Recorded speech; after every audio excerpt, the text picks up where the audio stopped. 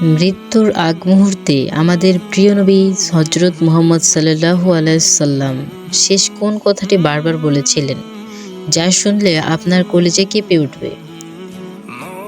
নবীজি সাল্লাল্লাহু আলাইহি সাল্লামের জীবনে সেই আবেগঘন মুহূর্তটি কল্পনা করুন, যখন তার শরীর ভীষণ অসুস্থ, কথা বলতেও কষ্ট হচ্ছিল, চারদিকে সাহাবায়ে একরামরা কান্নার রোলে ভেঙে পড়েছে। সেই চরম মুহূর্তেও তিনি উম্মতকে ভুলে যাননি। তিনি বারবার ফিসফিস করে বলছিল, আসসালাহ আসসালাহ, অর্থাৎ নামাজ। তোমরা নামাজের ব্যাপারে সাবধান থাকো। তিনি আমাদের শিখিয়ে গেছেন যে নামাজ কেবল একটি ইবাদত নয়, এটি হলো মুমিনের জন্য আল্লাহর সাথে সরাসরি কথা বলা বা মেরাজ। নবীজি সাল্লাল্লাহু আলাইহি সাল্লাম বলতেন, নামাজ হলো আমাদের চোখের শীতলতা, অর্থাৎ সারাদিন ক্লান্তি আর কষ্টের পর নামাজেই তিনি শান্তি এবং প্রশান্তি খুঁজে পেতেন।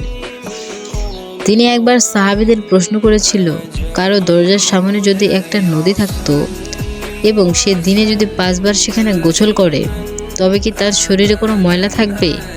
সাহাবীরা উত্তর দিলেন, না হে রাসূলুল্লাহ। নবীজি সাল্লাল্লাহু আলাইহি সাল্লাম বললেন, 5 ওয়াক্ত নামাজের দৃষ্টান্ত ঠিক তেমনই। এর মাধ্যমে আল্লাহ তাআলা বান্দাদের সমস্ত গুনাহ মুছে দেন। পরকালে কঠিন ময়দানে সর্বপ্রথম এই নামাজের হিসাব নেওয়া হবে। তাই আসুন নবীজির সেই শেষ আগতির সম্মান জানাই, শত ব্যস্ততার মাঝেও সিজদা ভুলে না যাই।